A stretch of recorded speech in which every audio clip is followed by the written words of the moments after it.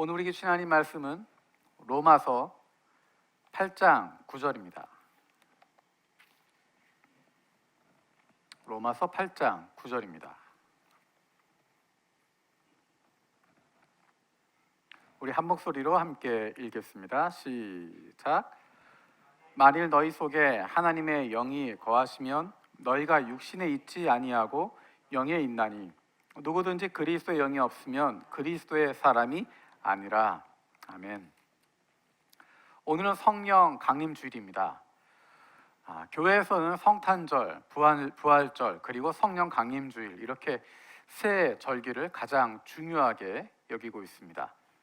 앞에 강단에 보시면 빨간색으로 드림천이 있습니다. 성령 강림절을 상징하는 색깔은, 성령을 상징하는 색깔은 빨간색입니다. 그래서 앞에 강단에도 빨간색으로 드리워져 있고, 또 제가 입고 있는 가운에도 빨간색 스토를 하고 있습니다.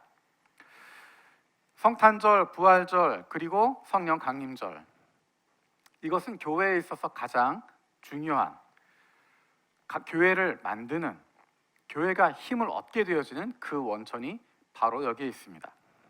그리스도인과 교회와 성령을 떼어놓고는 생각할 수 없습니다. 하나님이 기뻐하시는 교회, 그 교회가 어떤 교회인가? 우리가 6월 달부터 교회론에 대한 설교를 하려고 합니다. 예전에 한번 했던 주제이긴 하지만 다시 한번 하나님께서 기뻐하시는 교회를 함께 세워가기를 원하는 마음으로 다시 한번 나누려고 합니다. 성령이라고 이야기하면 우리는 그것을 신약 성경에만 등장하는 것으로 생각하기 쉽습니다. 신약 성경에 처음으로 성령이란 단어가 등장하게 되고 성령을 얻게 되고 성령이 임하게 되는 것은 신약 성경에만 있다라고 착각할 수 있습니다. 하지만 성령이라고 하는 것, 그것이 의미하고 있는 내용, 그 개념, 그것들은 구약 성경에서부터 꾸준히 등장하고 있습니다.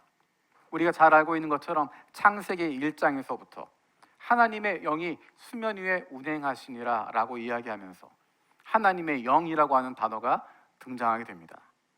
성령이라고 하는 단어가 등장하지 않지만 하나님의 영, 하나님의 임재, 하나님의 함께하심이라고 하는 단어들로, 다른 표현들로 사용되고 있습니다.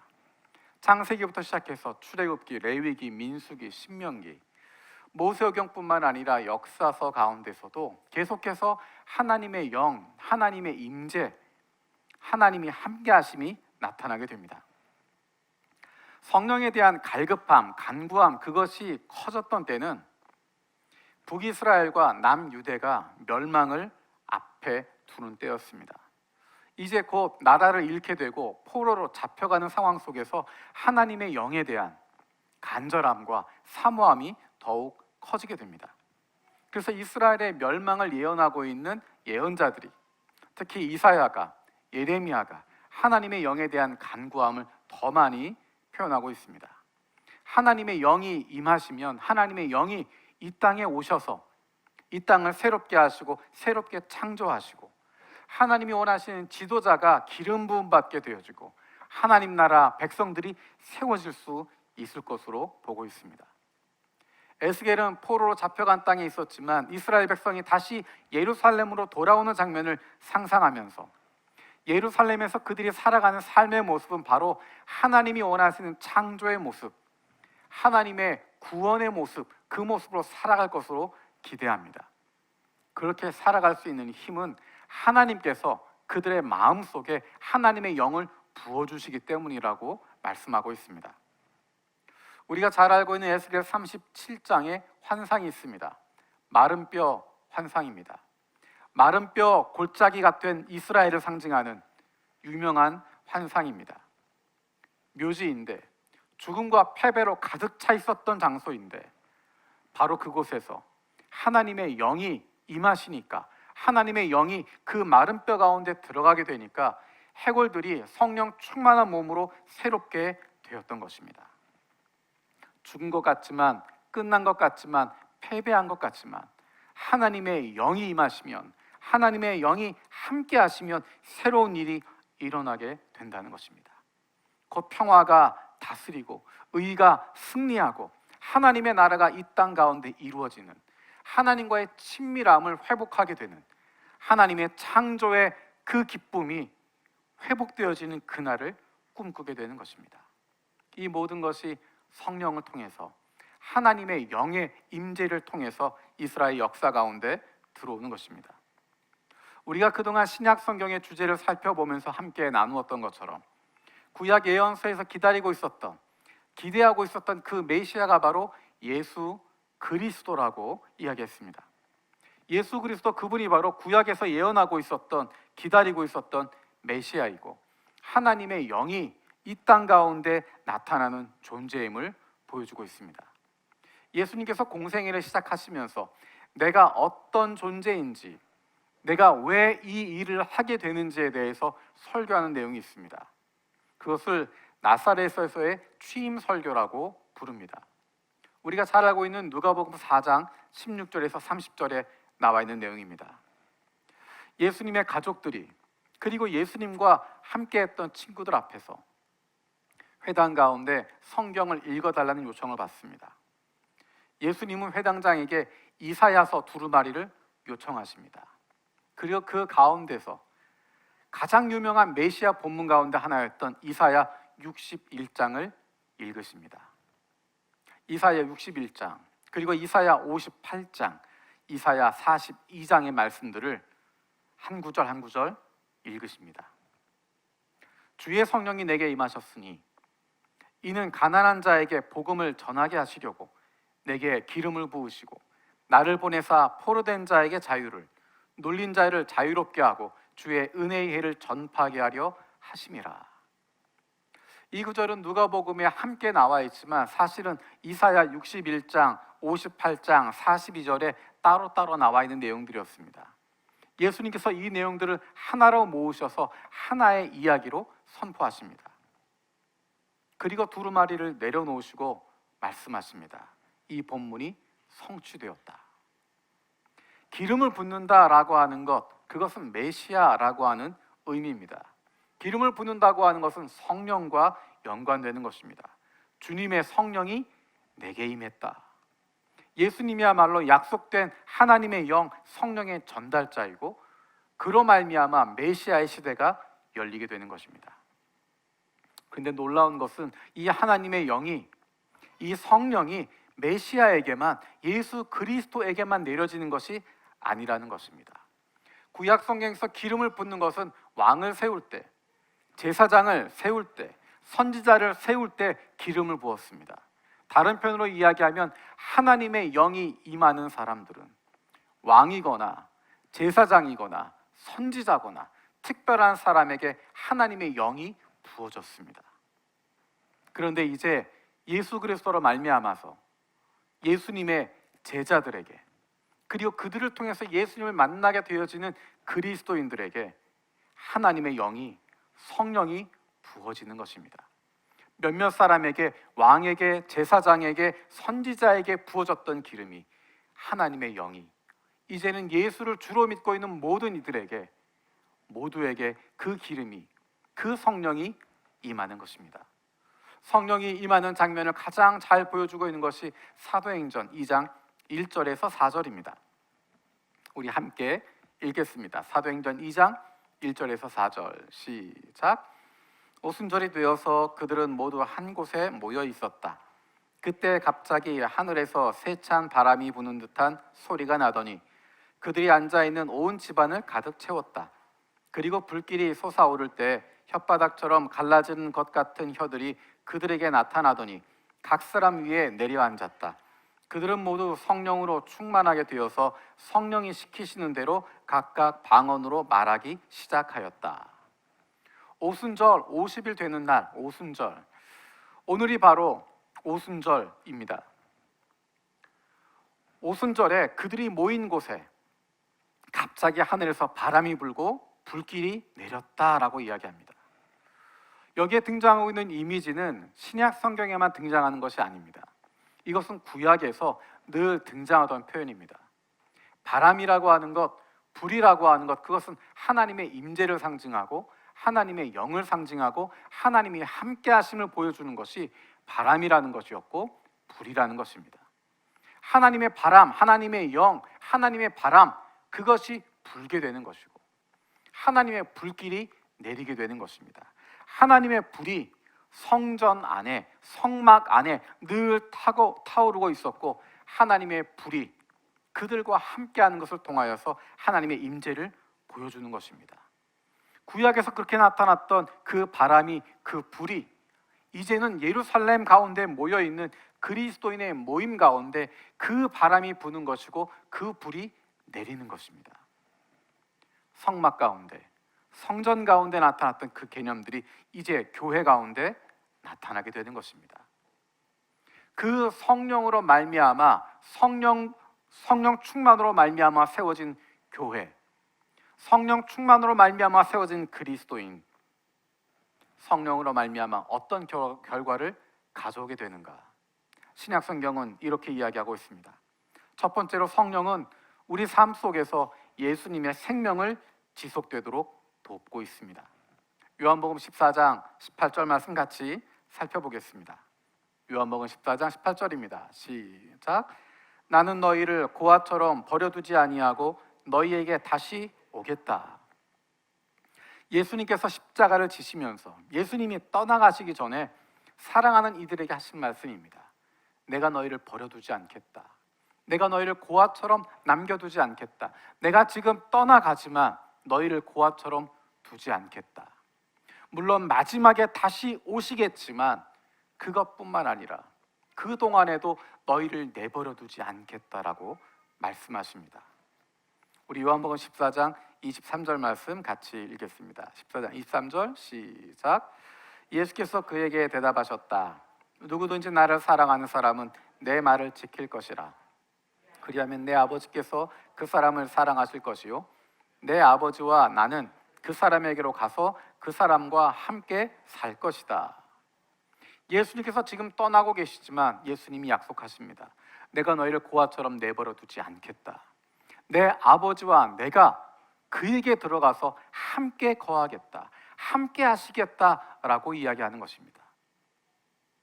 요한일서 4장 13절에 그것이 어떤 의미인지를 더 정확하게 표현해 줍니다. 같이 읽어보겠습니다. 요한일서 4장 13절 시작. 하나님이 우리에게 자기 영을 나누어 주셨습니다. 이것으로 우리가 하나님 안에 있고 또 하나님이 우리 안에 계시다는 것을 우리는 압니다. 하나님께서, 예수님께서 우리 안에 함께 하신다고 하는 것, 성령으로 말미암아 알게 된다는 것입니다. 성령이 우리 가운데 임하심을 통해서 하나님이 우리 안에 계심을, 우리가 하나님 안에 있음을 알게 되는 것입니다. 우리가 하나님 안에 있는 것, 그것을 알게 된다고 하는 것은 하나님의 자녀가 되는 것입니다. 어떤 사람이 하나님의 자녀가 되는가? 성령으로 거듭나는 사람들입니다. 오늘 본문에 이렇게 이야기합니다. 우리 로마서 8장 9절 말씀 다시 한번 읽겠습니다. 시작. 그러나 하나님의 영이 여러분 안에 살아계시면 여러분은 육신 안에 있지 않고 성령 안에 있습니다. 누구든지 그리스도의 영이 없으면 그리스도의 사람이 아닙니다. 그리스도의 사람은 그리스도의 영을 가지고 있는 사람들입니다. 성령이 그 안에 있는 사람들입니다. 하나님의 자녀가 되는 사람들은 그리스도의 영을 가지고 있는 사람들이고 성령이 그 안에 있는 사람들입니다. 왜냐하면 성령으로 거듭나지 않으면, 성령으로 다시 태어나지 않으면 하나님의 자녀가 될 수 없기 때문입니다. 여전히 육 가운데 속할 수밖에 없고 여전히 죄 가운데 있을 수밖에 없는 존재들입니다. 육신에 머무는 것이 아니라 생명으로 옮겨지기 위해선 성령으로 거듭나게 되는 것이고, 그로 말미암아 그리스도의 영이, 하나님의 영이 그 안에 있게 되는 것입니다. 하나님의 영, 성령, 예수님의 영이 함께 하시는 모습, 그것을 가장 잘 보여주는 것이 사도행전에 나와 있는 모습들입니다. 그 가운데 성령이, 예수님의 영이 예수님의 제자들과 함께 하시는 그 모습을 보여주는 한 구절이 사도행전 16장 6절에서 8절에 있는 내용입니다. 같이 읽도록 하겠습니다. 시작. 아시아에서 말씀을 전하는 것을 성령이 막으심으로 그들은 부르기아와 갈라디아 지방을 거쳐가서 무시아 가까이 이르러서 비두니아로 들어가려고 하였으나 예수의 영이 그것을 허락하지 않으셨다. 그래서 그들은 무시아를 지나서 드로아에 이르렀다. 사도 바울의 일행에 전도하는 과정을 이야기하는 것입니다. 아시아에서 에베소에서 말씀을 전하려고 했지만 성령이 막으셨다. 그래서 그들은 방향을 북쪽으로 잡습니다. 북쪽으로 올라가려고 하고 있는데 예수의 영이 그것을 허락하지 않았다라고 이야기합니다. 예수의 영이라고 하는 단어와 성령이 함께 사용되고 있습니다. 예수께서 약속하신 것, 내가 너희와 함께 하겠다 하셨던 그 약속이 바로 성령이 임하심을 통하여서 성령의 임재를 통해서 그것이 나타나게 됩니다. 예수님께서 다시 오실 것이지만 그 전까지 우리를 고아처럼 내버려 두지 않으시고 성령으로 우리와 동행하시겠다고. 그로 말미암아 성령 충만한 하나님의 사람들은 예수 그리스도와 날마다 동행하는 예수님의 생명을 누리는 삶을 살게 되는 것입니다. 성령을 통해서 얻게 되는 결과 두 번째는 교회를 온전하게 세우게 됩니다. 좀 길지만 로마서 12장 3절에서 9절 말씀을 함께 읽도록 하겠습니다. 시작. 나는 내가 받은 은혜를 힘입어서 여러분 각 사람에게 말합니다. 여러분은 스스로 마땅히 생각해야 하는 것 이상으로 생각하지 말고 하나님께서 각 사람에게 나누어 주신 믿음의 분량대로 분수에 맞게 생각하십시오. 한 몸에 많은 지체가 있으나 그 지체들이 다 같은 일을 하는 것이 아닙니다. 이와 같이 우리도 여럿이지만 그리스도 안에서 한 몸을 이루고 있으며 각 사람은 서로 지체입니다. 하나님께서 우리에게 주신 은혜를 따라 우리는 저마다 다른 신령한 선물을 가지고 있습니다. 가령 그것이 예언이면 믿음의 정도에 맞게 예언할 것이요, 섬기는 일이면 섬기는 일에 힘써야 합니다. 또 가르치는 사람이면 가르치는 일에, 권면하는 사람이면 권면하는 일에 힘쓸 것이요, 나누어 주는 사람은 순수한 마음으로, 지도하는 사람은 열성으로, 자선을 베푸는 사람은 기쁜 마음으로 해야 합니다. 사랑에는 거짓이 없어야 합니다. 악한 것을 미워하고 선한 것을 굳게 잡으십시오. 아멘. 성령으로 말미암아 하나님께서 성도들에게, 교인들에게 은사를 주십니다. 하나님이 주신 은사를 발견해서 그것을 교회 안에서 사용하는 것입니다. 교회를 온전히 세워가는 것입니다. 서로 돕고 몸된 교회를 함께 만들어가는 것입니다. 이런 은사에 대해서 가장 잘 정리하고 있는 것이 사도 바울이 적은 고린도전서 12장에서 14장까지의 내용입니다. 사도 바울은 여기에서 성령으로 말미암아 우리가 은사를 얻게 되어지고 사람마다 다른 은사를 얻게 된다. 다른 은사를 주셔서 그렇게 하시는 이유는 교회를 온전하게 만들기 위해서라고, 교회를 온전하게 세우기 위해서라고, 그리스도의 몸을 온전하게 세우기 위해서 각 사람에게 다른 은사들을 주셨다라고 이야기합니다. 그리고 그런 은사들이 하나님께서 기뻐하시는 것인지 내가 올바르게 사용하는 것인지 분별하기 위한 시금석이 바로 사랑이라고 이야기합니다.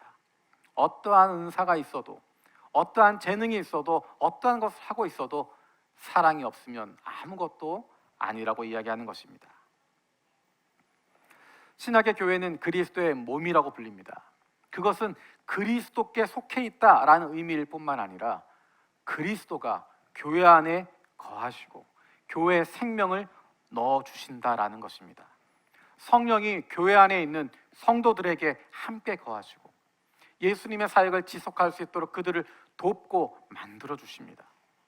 우리가 흔히 하는 표현, 교회가, 우리가 세상 속에 있는 예수님의 손과 발이다라고 하는 표현이 결코 잘못된 표현이 아닙니다. 우리 안에 예수의 영을 간직하고 있기 때문에, 성령을 간직하고 있기 때문에 그분의 공동체에서 살아가는 동안에 우리는 예수님께서 원하시는 일들을 감당해 나아가는, 예수님께서 원하시는 그 사역들을 감당해 나가는 사람들이 되는 것입니다. 성령이 충만함에 나타나는 결과가 무엇인가? 세 번째로 신약 성경은 우리에게 성령으로 말미암아 변화가 일어난다고 이야기합니다. 영적인 변화를 이야기하는 것뿐만 아니라 삶에서의 구체적인 변화가 나타난다는 것입니다. 사도 바울은 인간의 삶에서 가장 심각한 문제는 하나님이 창조하셨던 그 의가 사라졌다는 것입니다.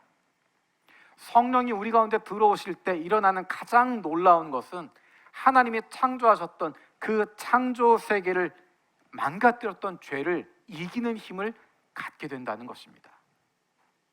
육신의 생각은 사망이요, 영의 생각은 생명과 평안이라고 이야기합니다.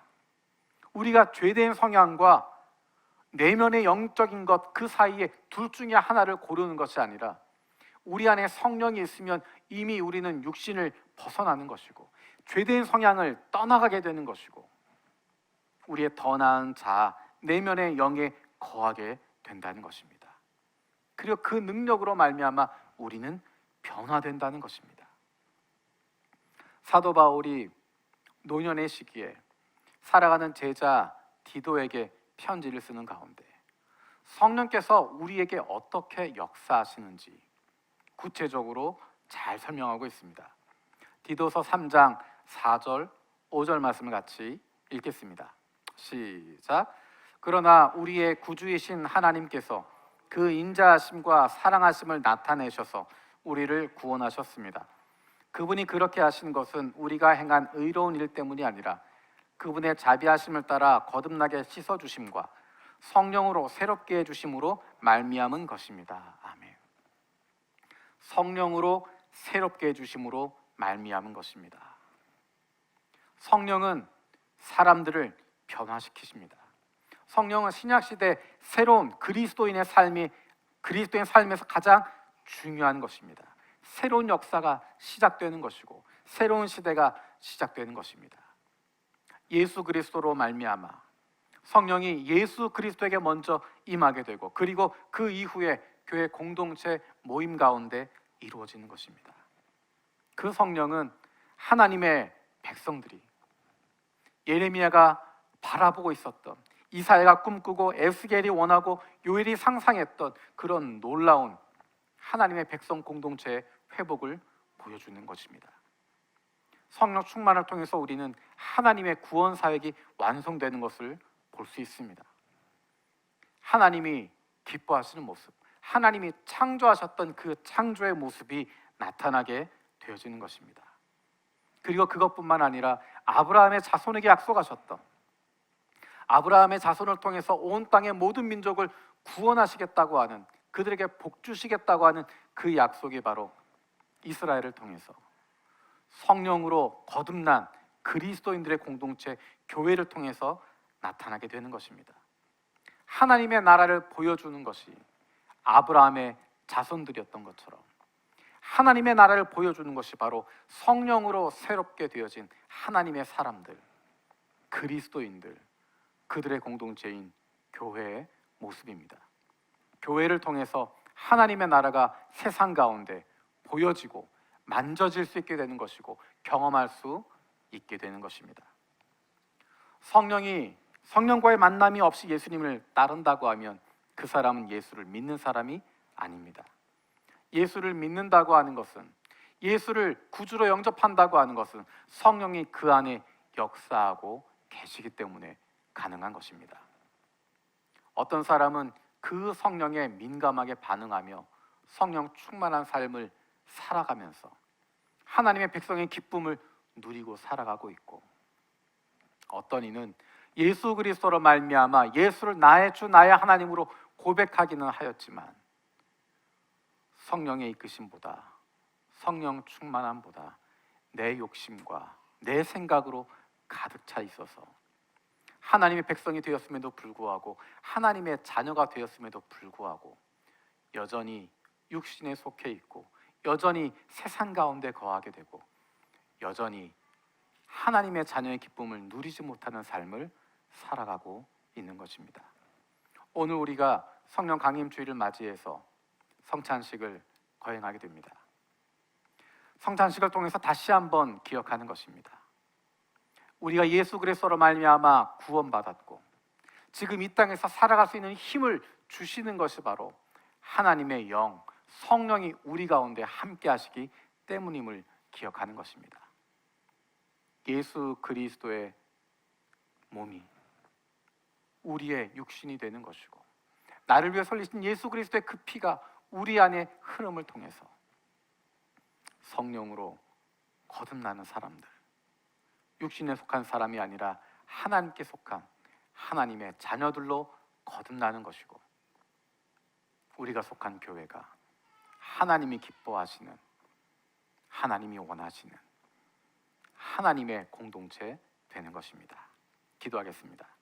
살아계신 아버지 하나님, 감사드립니다. 우리에게 성령을 주셔서 감사합니다. 고아처럼 세상에 내버려져 있는 것이 아니라 우리에게 성령을 주셔서 그로 말미암아 하나님과 날마다 동행하시게 하시고, 구약에서 사람들이 누리지 못했던 하나님과 날마다 동행하는 기쁨, 하나님과 날마다 함께하는 능력을 우리가 얻게 하심을 감사드립니다.